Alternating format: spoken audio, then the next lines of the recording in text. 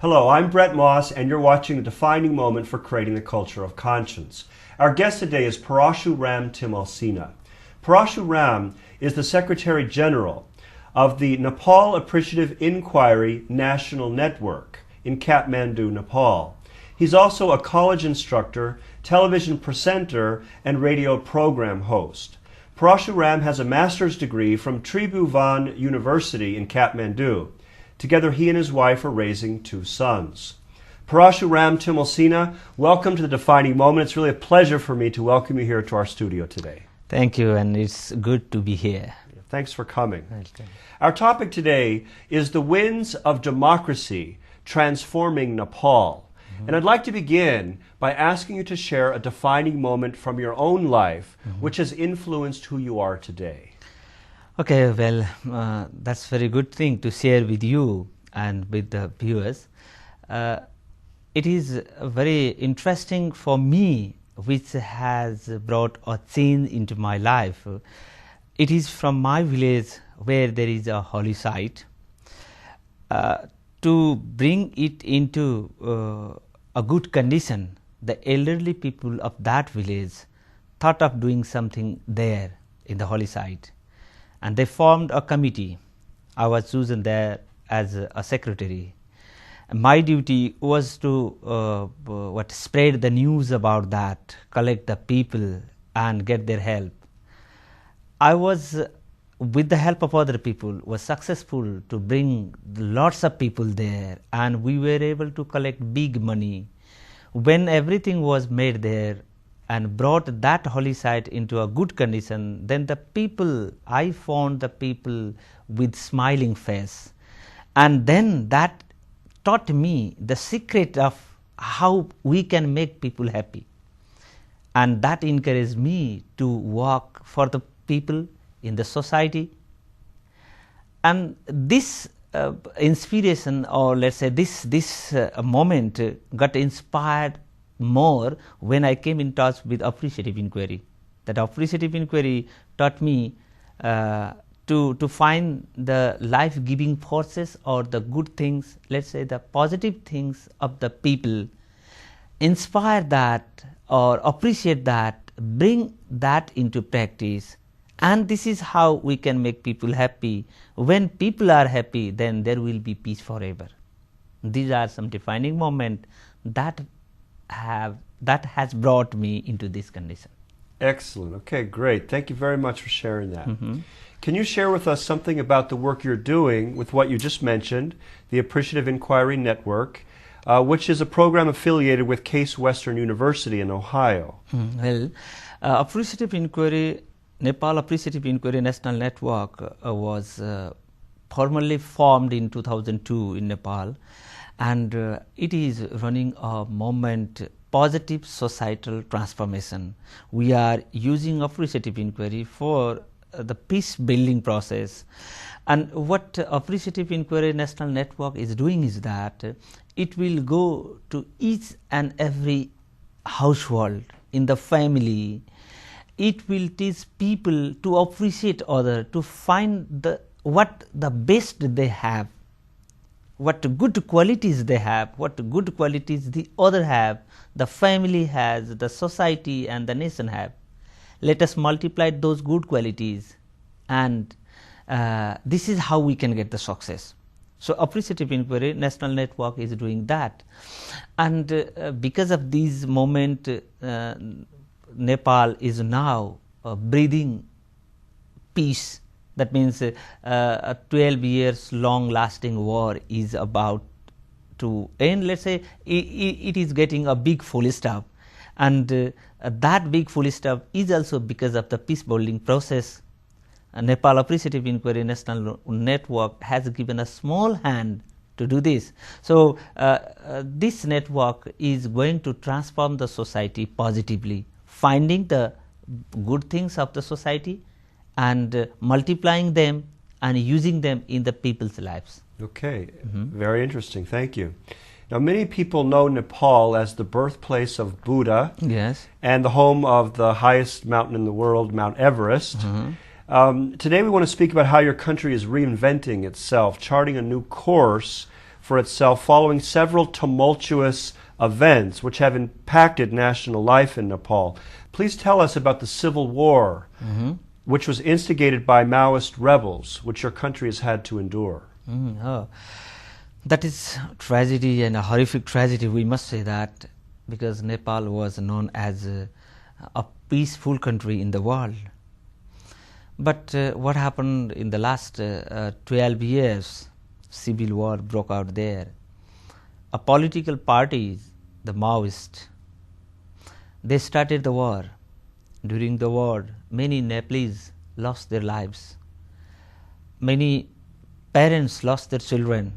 Many wives lost their husbands and their children.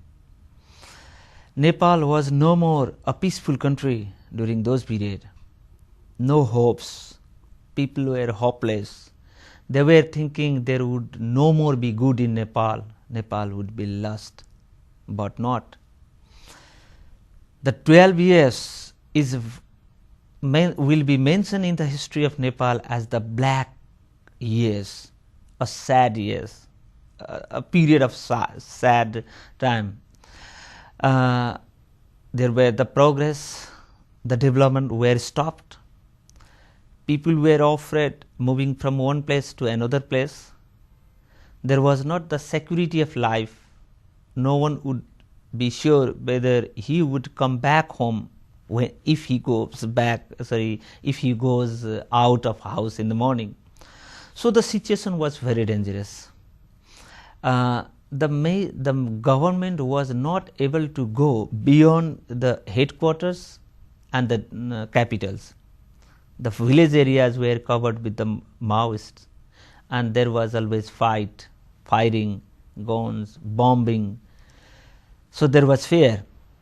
But what happened later on is that the Maoists might have realized that the gun is not the solution what they were demanding for. And on the other hand, the other political parties and maybe the monarchy, the king, also might have realized that if the war goes on in this way, then there will no more be Nepal, and if there is no Nepal, there will be no Nepalese. So they might have realized the drawbacks of the war, and they thought of compromise. To a compromise. Okay, Yeah. Very clear. Now you mentioned the royal family.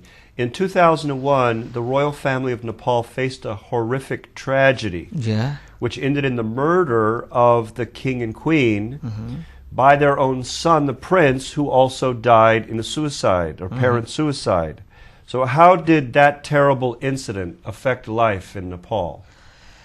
Oh, that is another horrific tragedy. I think the picture of the royal families who were killed in the royal massacre is still on the heart of the people there. Yet the report that was brought into public after the royal massacre, the report that was brought into public says that the royal family were killed by their own sons, princes. But the people are not ready to accept this report. They believe there is another story behind that, but the people don't know what there is that. So let it be whatever happened. The royal massacre took place there, and it brought a big change in the thinking of the people. Before that, people had a faith on monarchy. People used to believe that king is king, supreme of all. If something bad happens in the country, there is king who will control it. And in Nepal, king used to be supposed as God. Still it is supposed in Hindu religion, king is supposed as the reincarnation of Lord Vishnu. It is still supposed. Before the royal massacre, people really believed and they used to worship king as God. but after that, the faith is wiped out. It is out, gone up from the heart and from the mind of the people. What they thought is that, no, monarchy is not actually doing good for us. They started having doubt over monarchy. Yes. This is a great change in the faith that brought into the people royal massacre. And the political parties also thought of taking a different position. Before that, there was a kind of, let's say, relationship between monarchy and the political parties. Yes. They had some collaboration or, let's say, compromise. But after the massacre, the political parties who were in support of this monarchy also thought of going against this one. So on one hand, it brought the change in the thought of political parties and in the people. That's why the people's, let's say, war, I must say that people's protest, there went a people's protest last year. What had happened there, that including Maoist and other Nepalese people, other political parties arranged a protest against the monarchy. It went for 19 days without any violence. That has brought some change in Nepal. And this change now the people are facing there, let's say, took the race or accelerated. It was accelerated after the royal massacre. I see. So these sorts of changes are brought because of this royal massacre. Okay, very clear. Thank you. Now, recently the King of Nepal turned over power, turned over sovereignty to the people. Yes. And the royal family is on the verge of being voted into extinction. How are the Nepalese people responding to this historical development?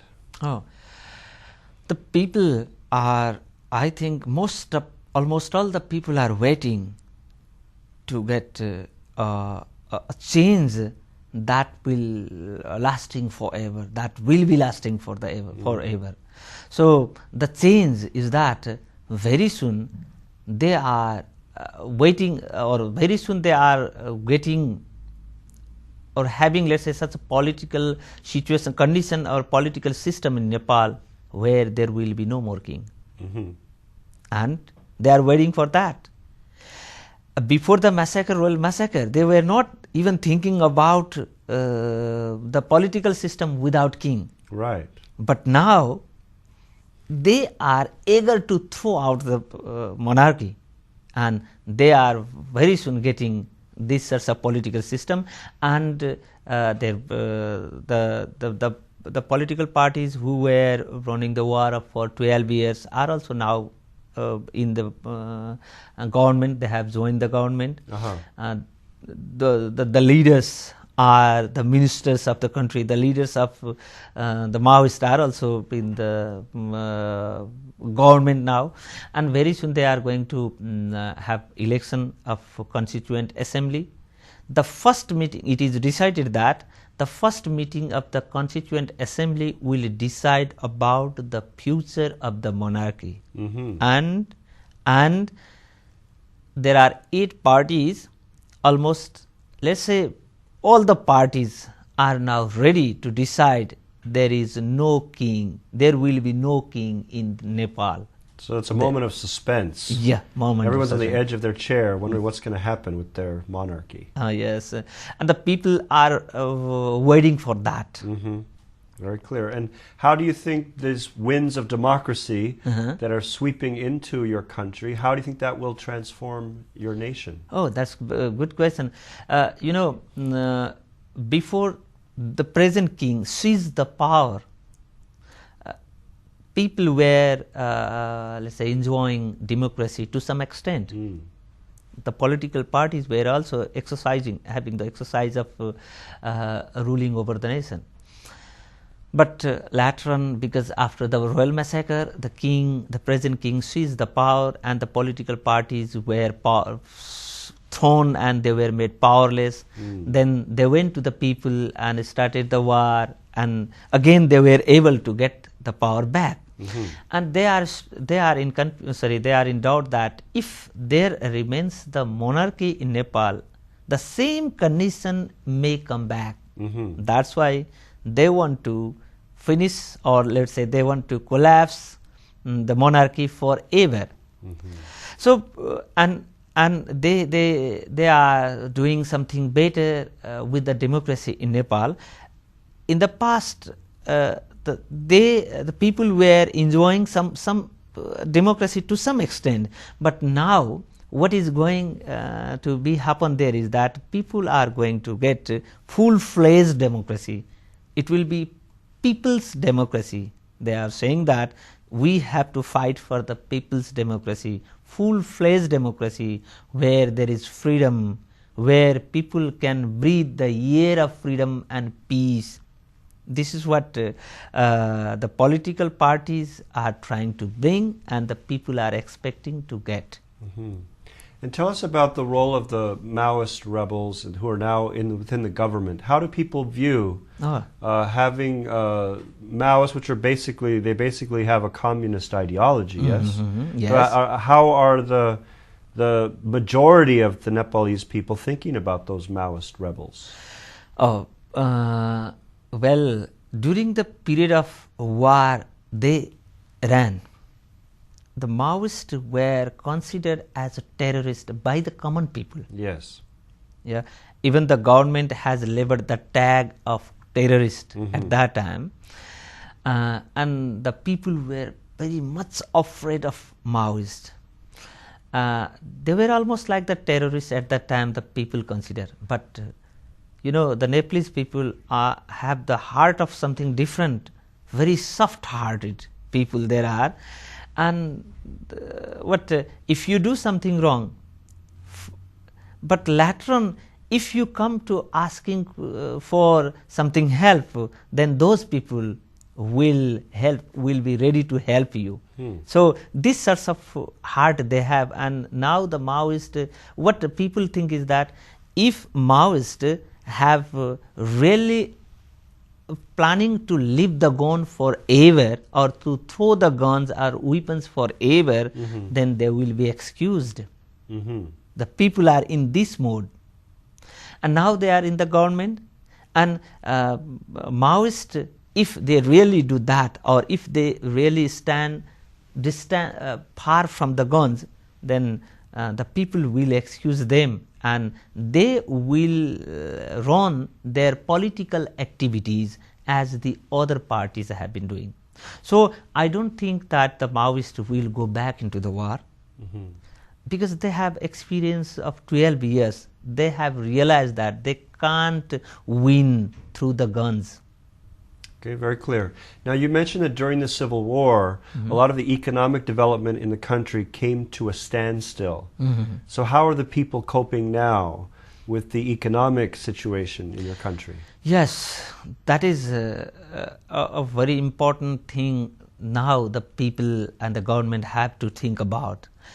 During the 12 years, everything was almost halted. And now the political parties are trying to make the political situation stable, and at the same time the people and let's say the businessmen and social leaders, social activists, they are thinking or making the plan of having development in the society and economics. Yeah. And now people have the hopes that very soon Nepal will be known as once again a peaceful country in the world. Okay, well that leads me to my next question. Okay. How would you characterize the hopes and dreams of the Nepalese people? What do you believe to be the highest priorities in your country at this time? The highest priority of Nepal in these days must be the peace. No more than that. But to get the peace, we need a stable government. Yes. The political situation must be stable. That is the most important thing to get the peace. Once when the political system, let's say, starts running in the highway, then the economic growth, societal development. That will all happen naturally. Yeah, naturally it but happens. when there's no political stability, Stability. economic growth doesn't happen. Doesn't happen. Capital runs away. Yes. People don't want to take any risks. And the people now have the hope that very soon there will be the political stability, and that will, let's say, open the doors of the development of everything. Okay, great. So people are very much hopeful, and you see, for the past 12 years, they were just sitting in the corner, waiting, and hoping, and praying. Having hope there. Even they were not able to speak out the hope. But now they have come on the street. They are moving here and there. They feel that as if they are flying in the sky as a free bird. Liberated from a cage. Okay, very clear.